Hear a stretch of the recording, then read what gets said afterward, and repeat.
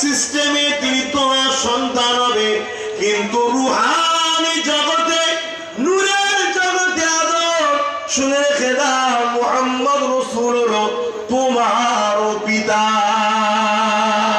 অর্থাৎ মুহাম্মদ রাসূলের নূর মুবারক থেকে কায়নাত তৈরি হয়েছে। এই আদম রে জিনার কি না বানালে কুল কায়নাত বানাতাম না।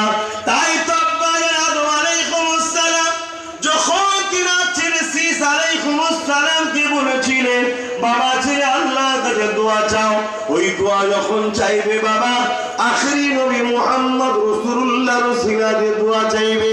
ছেলে জানতে চেয়েছিল, আল্লাহ ও আব্বা জান, আপনি একজন নবী, আমিও নবী, একজন নবীর ওসিলাতে দোয়া চাইতে কেন বলছেন? হযরত আদম আলাইহিস সালাম বলেছিলেন, শোনো বাবা, আমি তোমার আব্বা কম বেশি 300 বছর ধরে কেঁদেছিলাম গন্ধম ফল খাওয়ার জন্য। আল্লাহ আমার দোয়াকে কবুল করেছিল না। যখন এই মুহাম্মদ রাসূলুল্লাহর ওসিলা বললাম, আল্লাহ তখন আমার দোয়াকে